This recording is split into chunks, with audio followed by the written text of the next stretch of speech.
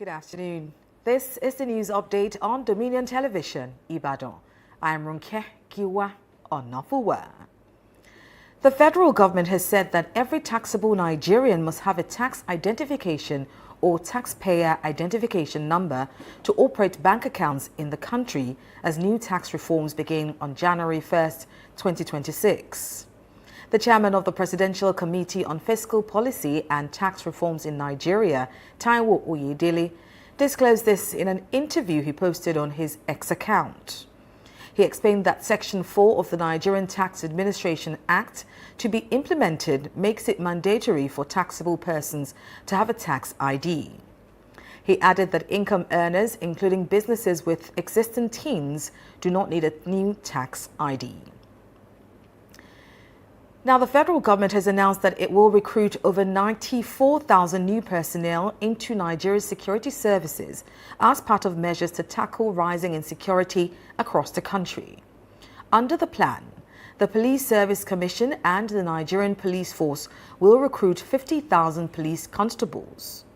In a statement released by the head of Protocol and Public Affairs, Toti Kalu, the Commission announced that the recruitment portal will be open to eligible Nigerians from December 15, 2025 to January 25, 2026.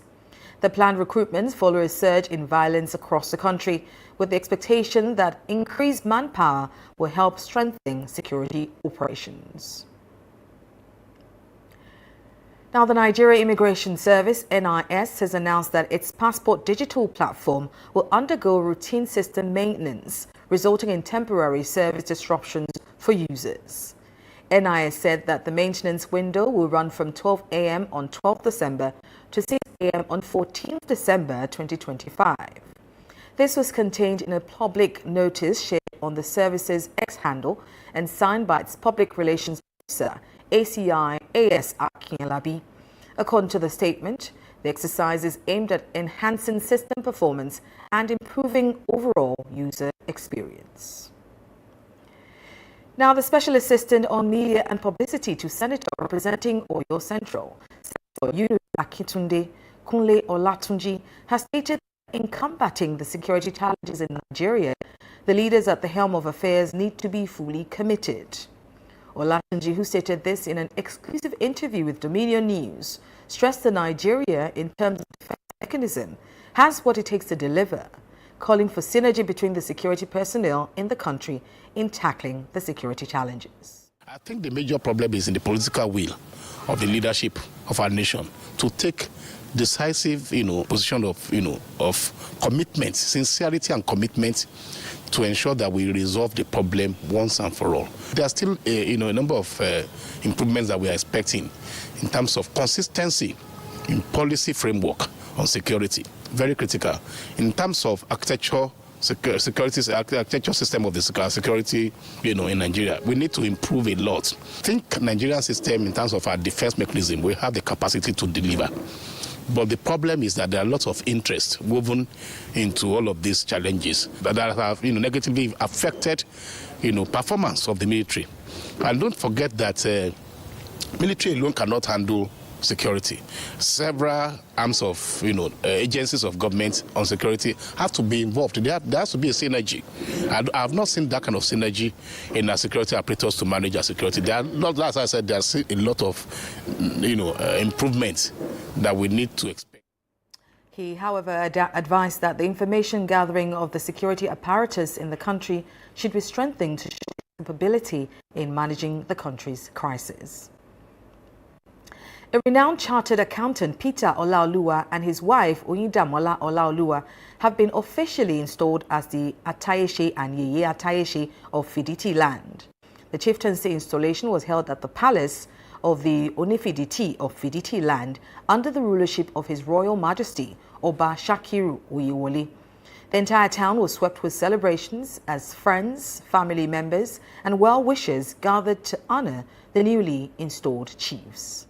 This This is to certify that Chief Olaoluwa Peter Abidemi, the honorary chieftaincy title Tayeshe of Fidelity Land. By this certificate, you are now recognized as a title chief of Onifiditi of Fidelity. You are to use this honor of the title to the glory of God and the upliftment of humanity. Signed by me, His Royal Majesty Bashakiru Oyewole Oyelere. This is to... Speaking with newsmen, the new Atayeshe and his wife described the honor as life-changing, pledging to contribute meaningfully to political growth and overall development of Fiditi community. Just use this medium to appreciate the Onifidi of Fiditi for counting it worthy for him to be given this title. We appreciate the king for remembering him for good, and we promise that now our capacity will be able to, bring forward the city of Fiditi, and we're going to contribute our quota to ensure that the city moves forward. I obtain favor. It's not by power, it's not by might. Many have tried more than me, but it's just a favor I obtained from the face of the king and the Onifiditi Council to bestow upon me this title and upon my wife. The well-wishers, in their words, described the newly installed chief as being humble, dependable, and a man capable of improving the lives of the people he serves. This man, Peter, very, very humble and very, very generous and very dedicated to the service of God. A man that is a party man, that has been doing fine in the party, have been contributing to the progress of the party. I know that with that position, it will still prove more to the development of the town, because by what we heard from the Kabiyesi this morning, he said he has been doing it for the Fiditi community. And the better way to appreciate him is to give him that chieftaincy title of Atayeshe of Fiditi. The highlight of the event was the cultural performance. Now, the participants of this year's Christmas Fiesta of Dominion Broadcast Group have expressed their utmost joy, describing the station as a rare one in Oyo State with fascinating equipment. Speaking with Dominion News, some teachers in their speech stated that the experience at the station shows a clear difference from other stations they have been to for the same purpose, stressing that the station ticket of just 3,000 naira comes with a lot more than expected. Big difference, a huge difference. I'm so surprised that we can see this kind of thing here. I'm very, very happy to be here. The money we paid is lower than what we are seeing. It's lesser than what we are seeing. The ones we've been through, they tried, but this one, kudos. Yeah, being here, in fact, is a great moment for me that I really wish for again and again, because it's been a while I go out and have fun like this. In fact, coming in here, because we had access into the control room, we went into every section here, especially the TV sections, where news was being showed out there. In fact, I really enjoyed it. I know and I can tell everyone out there that it goes beyond the amount paid. And the fun we've been having here ever since we came here, in fact, it's been tremendous. Meanwhile, some students equally expressed their joy, wishing for another time out at the station. A lot. I would like to come to Dominion Television again. I would like to come back to this place again. I had a lot of experience. The bicycle too, the studio. When we got inside, everything was like as if we're in heaven. I love dancing and I dance. I also love drumming and I also drum. I like the dance competition here and the weather is cool. I experienced. The participants of this Christmas Fiesta stand a chance of meeting with their favorite on-air personalities of all time and different gifts, among other exciting things, to make it memorable. Now, moving on to the foreign scene, Ethiopia's Electoral Commission has announced that the country's general election will be held on 1st June 2026. The chairperson of the National Board of Ethiopia, Melatwork Hailu, said the activities aimed at organizing branch offices and ensuring that polling stations are conducive were carried out. Hailu also said political parties have received training to publicize their programs to the public. Now, Bulgarian lawmakers formally approved the resignation of the country's minority government a day after it bowed to mass street protests and said it would quit, paving the way for talks on forming a new coalition or most likely a snap election. Prime Minister Ruzen Zeliyalkov, government announced that it would step down after weeks of street protests against state corruption and a new budget that would have hiked social security contributions and taxes on dividends. The decision comes just 3 weeks before the Black Sea nation of 6.7 million people is due to join the Eurozone on January 1st.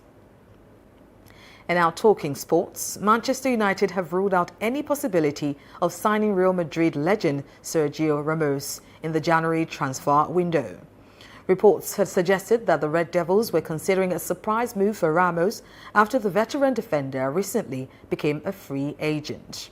Ramos left Mexican club Monterrey earlier this month following the expiry of his contract. Ramos has won 1 World Cup and 2 European Championships, as well as 4 UEFA Championships League titles and 5 La Liga titles over the course of his career. Meanwhile, Manchester United are expected to sign new players in the January transfer window to strengthen manager Ruben Amorim's squad for the second half of the season.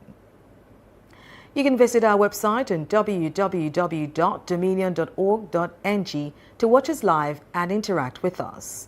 You can also follow us across our social media platforms on Facebook, Instagram, TikTok, YouTube and LinkedIn at Dominion Broadcast and on X at DominionCast.